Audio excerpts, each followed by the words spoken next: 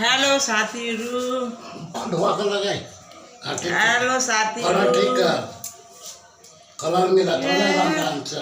Hello साथीहरू, म सानो ब्लग लिएर किचनमा आउँदैछु। म सोचे अलिकति तपाईहरुलाई ब्लग दिउँ भनेर मैले टमाटरको चटनी बनाएँ, मीठा चटनी, बुझ्नुभयो? टमाटरको मीठा चटनी बनाएँ। आज रिसाले बनाएको, बुझ्नुभयो? बुढोलाई त युरिन एसिड छ, थुप्रै बजारबाट टमाटर लिएर आउनुहुन्छ। मैले भने तपाईलाई खानुहुन्न, नलानुस् तपाईँ। मान्दैन टमाटर, हेर्छ लालच लाग्छ लिएर आइहाल्छ।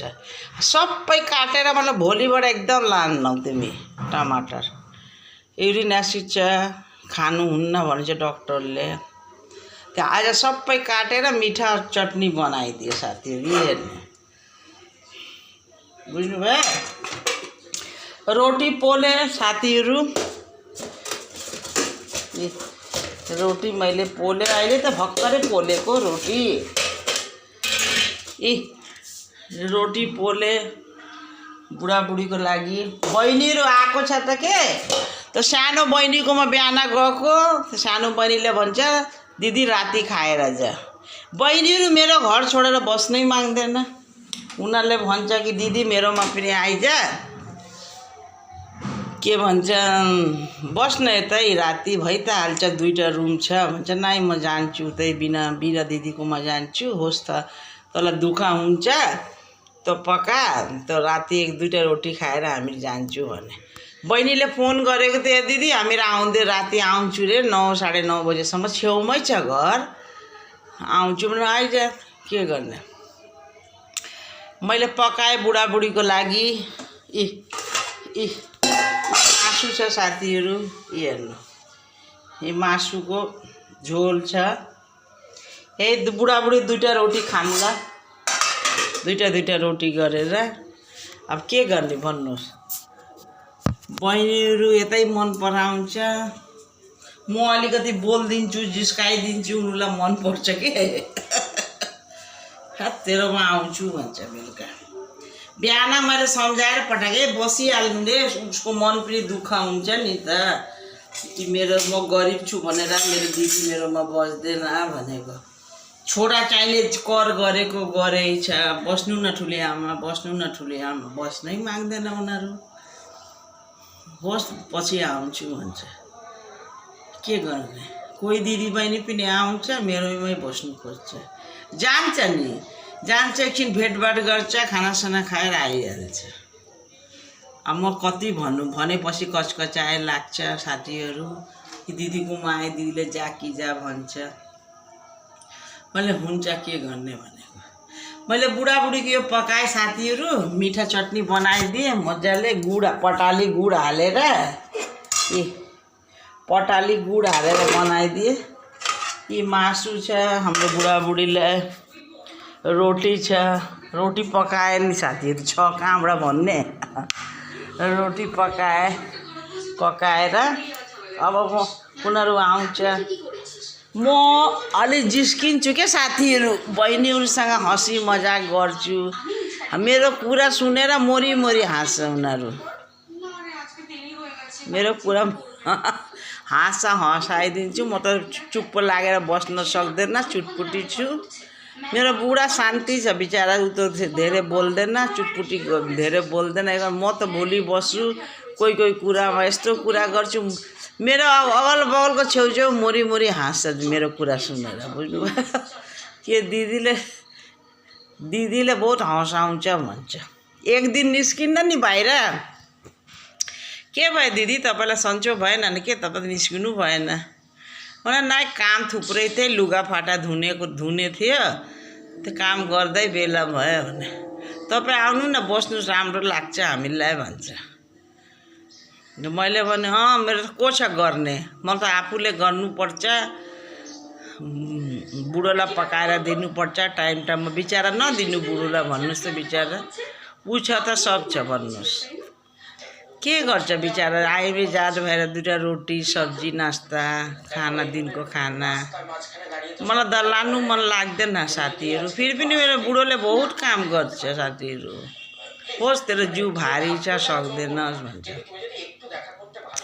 मैले भने भगवान् पाप दे मलाई जे दे मेरो बुढालाई त मैले कति खटाउँदैछु होस् मलाई भन्नै पर्दैन आफै उसले घर झाडु साडु मैले गर्छु साथीहरू यो बात होइन म उठेर बेडसेट झाड्छु गर्छु फेरि मेरो पूजाको बहुत भाँडा निस्किन्छ साथीहरू म पूजा नगरे पनि मेरो चित्तै बुझ्दैन बुझ्नुभयो पूजा गर्छु मलाई मन शान्ति बल्ल हुन्छ नुहाएर हत्तर पत्तर जाडोमा बिहानै नुहाएर पूजापाठ गरेपछि मलाई ढुक्कै लाग्छ साथीहरू मलाई रोटी खान्छु नि सम्झिन आन्छ है भगवान्लाई त मैले पूजासुजा गरेन भगवान्लाई खानै दिएन म खाने यस्तो लाग्छ कि मन मेरो बुझ्नुभयो त भन्छ उसले थान ठुलो छ साथीहरू भाँडासाँडा मोल्नु पऱ्यो लोटा उठा डेली मोलेर पूजापाठ गर्नु पऱ्यो टाइम लाग्दैन भन्नुहोस् भयो कथा पढ्नु पऱ्यो जुन बारको त्यही बारको कथा पढ्छु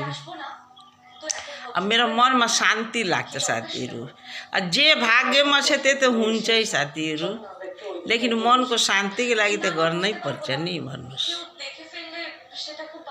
यो भन्दिनँ भगवान्ले जे लेखेछ त्यो पूजा गरेर के हुन्छ यो हुन्छ भन्छ त्यो त म मान्छु लेकिन मेरो मनको शान्तिको लागि म गर्छु यति गरे कि राम्रो हुन्छ कि जे हुन्छ मेरो कर्तव्य गरौँ भन्छु के साथीहरू बुढो बिहान नुहाइ धुवाइ गर्छ म पनि त्यसको पछि म नास्ताहरू बनाउँछु साथीहरू पूजापाठ गरेर नास्ता बनाए खाना बनाए खान्छु बुझ्नुभयो मैले ठिक गर्दैछु कि गलत गर्दैछु तपाईँहरूले भन्नु मलाई ए दिदी तपाईँ ठिक गर्नुहुन्छ लेकिन बुढोलाई म त टाइममै खाना दिन्छु मलाई माया लाग्छ साथीहरू मैले नदिएपछि आमा पनि छैन बाउ पनि छैन मैले नदिएपछि कसले दिन्छ भन्नुहोस् म स्वास्नी पनि हो म आमा बाउ पनि हो बुझ्नुभयो मैले नहेरे उसले कसले हेर विचार गर्छ जति पुरानो हुन्छ साथीहरू त्यति लोग्नेलाई माया लाग्छ बुझ्नुभयो कि सुरुबाट अकेले थे अकेले है म दुईजना थिएँ दुईजना भयो भनेर त्यस्तै हुन्छ कि साथी बुढोलाई बहुत माया लाग्छ भगवान् मैले भन्छु माया नबिछाड्नु राम्रो राख्नु भन्छु बुढोलाई त माया त बिचरा घरको लागि उसले पनि त बजार हाट सबै चिज गर्छ मैले याद नगरे कसले गर्छ भन्नुहोस् मलाई त याद गर्नु पर्यो नि साथीहरू मैले एक गलत भन्दैछु कि सही भन्दैछु दिदी बहिनी तपाईँहरू भन्नु मलाई सम्झानु कि बिना दिदीले ठिक भन्नुहुन्छ भन्नुहोस् बुढालाई त म हेला गर्दिनँ साथीहरू जति पनि दुःख हो बुढालाई त म माया गर्छु साथीहरू बुढा छ त सब छ बुढा थियो भने दुईटा छोरा भयो छोरी भयो सबै भयो साथीहरू आमा बाउले हात समातेर दियो मलाई यही हो सुख दुःख गरेर खा भनेर अब त्यही मसँग बसेर त्यही म सोचेर म गर्छु यो आमा बाउलाई छोडे यो मेरो बुढा आमा पनि हो बाउ पनि हो भने साथ निभाउनुपर्छ साथीहरू मेरो विचार यो छ तपाईँहरूको विचार के छ म जान्दिनँ मेरो मनको यो विचार छ तपाईँहरूलाई भन्दैछु मेरो छोराहरूले केही भने पनि कराउँछ बाउ गर्दा बाउ थियो भने सबै थियो बुझ्नुभयो साथीहरू र मेरो कुरा कस्तो लाग्यो तपाईँहरूले मलाई भन्नु म बुढालाई हेला गर्न सक्दिनँ साथीहरू मेरो बुढा छ त मेरो सरको ताज जस्तो पनि होस् साथीहरू आइमीहरूलाई म सम्झान्छु कि बुढा छ सब छ दिदी बहिनीलाई म करान्छु बहिनीहरूलाई बुढालाई यस्तो नभन यस्तो नगर के भयो त एकमुठी जे उसले मन परान्छ उसले खाना खोज्छ पकाएर दिइहाल उसको आत्मा शान्ति हुन्छ नि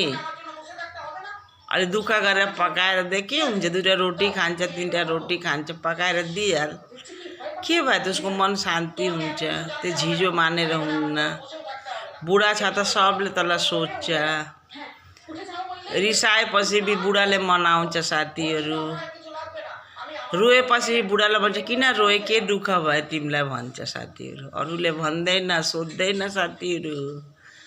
रिसाएपछि पनि भन्छ उठा खाना खाऊ, खाना खाऊ त, खाना खाएको छैन तिमी, अरूले सोध्दैन साथीहरू।